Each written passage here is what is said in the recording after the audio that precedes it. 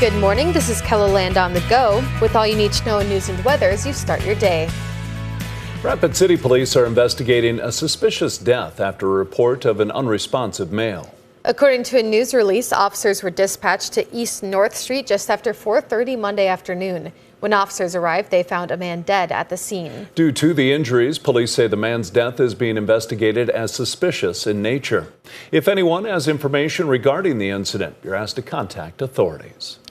One of the suspects in the deadly Dunham Park shooting back in August of 2024 admits to his role in the crime. 33-year-old Walter Stewart has pleaded guilty to first-degree manslaughter. In exchange for that plea, murder and attempted murder charges were dismissed. Stewart admits shooting two men at the Western Sioux Falls Park, including Josh Allen, who died of his injuries. According to court documents, Stewart says he went to the park to fight Allen, but did not intend to kill him. As part of the plea agreement, if Stewart continues cooperating with authorities, he'll face a maximum of 15 years in prison. Lamont Burks is also charged in the case. His trial is scheduled for the end of May. 11 people have been indicted in connection to the death of an inmate in South Dakota. In November of last year, 46-year-old Timothy Tyree was found unresponsive in his bed. He died in a hospital. According to an autopsy, he had ingested K2, a synthetic cannabinoid. The K2, which is the substance in question, was brought into the penitentiary in an envelope on 3 sheets. During the investigation, we seized 61 stamp-sized pieces of K2. The people charged include inmates, civilians, and one person who is contracted to work at the prison. Now let's get a check of our weather with meteorologist Scott Munn. Good morning, Scott. All right. Good morning, Travis. Good morning, everybody. Cold day today. Temperatures will be colder as compared to what we had yesterday. We'll have numbers in the single digits and teens across eastern KELOLAND today with mostly sunny skies. Clouds will be thicker in western South Dakota, and with that, maybe a couple of scattered flurries across the west. Brian will have more details on your forecast coming up. Thank you, Scott. Many people in KELOLAND have been hearing the dreaded clicking sound of a dead battery when they try to start their cars. Businesses like T&A Auto Service in Sioux Falls have been replacing a lot of those dead batteries during this stretch of cold weather. Like when it was like below zero, the other day, like really, really cold, I was afraid it wouldn't start. And it did hesitate to start, but thank God it did start. Lisa Moe brought her car in to have the remote start reprogrammed. A lot of times remote starts won't work when the car's battery is losing its charge.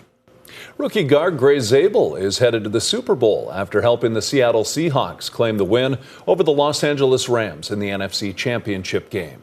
The Pierre native and NDSU alum makes the short list of South Dakota players in the league to make it to the Super Bowl. Zabel's parents appreciate the support from his home state as well as his alma mater.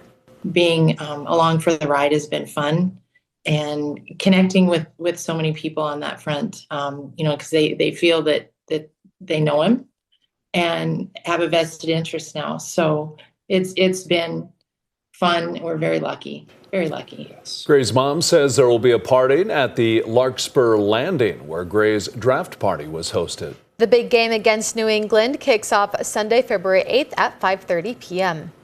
A Watertown pizza connoisseur is bringing home a trophy from Italy. Sean Dempsey competed with the United States pizza team and created the carrot cake dessert pizza. While he placed first in the competition, he didn't realize he had won due to the language barrier. I assume at that point I had won third because I just thought that's the best I could probably do. So I bowl through this crowd of people, and I got a video of me running through the crowd. I get up there. I try to get in my third place podium, and there's already somebody there. And I look at the announcers like, "Oh, you got first." Dempsey said his carrot cake pizza had dollops of New York cheesecake, different crushed nuts, spice cake, and more elaborate ingredients. He hopes to serve up the pizza at his different locations when he can. That's a look at some of our top stories. Now let's get another check of your weather with meteorologist Brian Karstens. Brian? All right, our forecast today. Well, we're dry today, but we do have some snow possibilities ahead this week. It looks like a pretty good chance of snow for Thursday and again on Friday. Kind of working through a series of upper air disturbances moving in from the northwest. And so that's going to trigger some snow chances here, at least at that 1-inch level for Rapid City. Looks pretty likely, actually, through that time period. You can see the colors corresponding to the probability that will exceed an inch of snow through that time period. Notice Sioux Falls and Aberdeen, we're just not there. So we don't think we've got excellent chances of big snow at all. But the northern hills, that's where you could pick up a little more than 3 inches. And we'll give that a little time yet. We've got some new data that'll come in yet today. We'll see kind of where that story sits. But at least for now, those are some governing factors there to watch. In the short term today, we've got some sunshine to work with, but it's definitely chilly. We're not going to get to near normal. We're going to be in the mid-teens in Sioux Falls, single digits all day in Watertown and Sisseton. Meanwhile, western South Dakota, some low 30s here around Rapid City. We get into tomorrow morning, again, single digits east. We'll have a few more clouds, and we'll kind of watch that cloud cover increasing in the west, and then that eventually leans into the snow developing. It is showing a little bit of that in eastern Ketherland as well, but I think the best chances, again, kind of line up there throughout the Black Hills. Temperature-wise, we're not bad, actually, in Rapid City, still in the 30s on Thursday, but we will drop going into Friday. Everybody's going to see a temperature reduction, so I want to call that out. Friday morning, probably again Saturday morning, a lot of sub-zero lows are likely. And then we kind of switch gears beyond that and we get into Saturday. We are expecting things to start to moderate in the west, but yet again, another system is going to come along the way. This one, though, will open the door to the milder air for next week. So that's kind of a wintry combo. You got temperatures probably cold enough for snow on the front side of it and maybe a little bit of rain blended in there, maybe Saturday for central South Dakota. So that'll be something we'll tackle throughout the days ahead. Let's jump right into your 7-day. After high today, 15 Sioux Falls. We're going to go 21 tomorrow. We've got highs into the 20s by Saturday again, and then 30s by Sunday and Monday. Looks like Aberdeen in the northeast will be on a similar trend here, kind of stuck between 10 and 15 above zero the next 4 days. The coldest air comes in probably Friday morning, but Saturday morning looks cold as well. And then there should be some snow chances for Saturday. I do think that could be a snow to rain event there for portions of central South Dakota.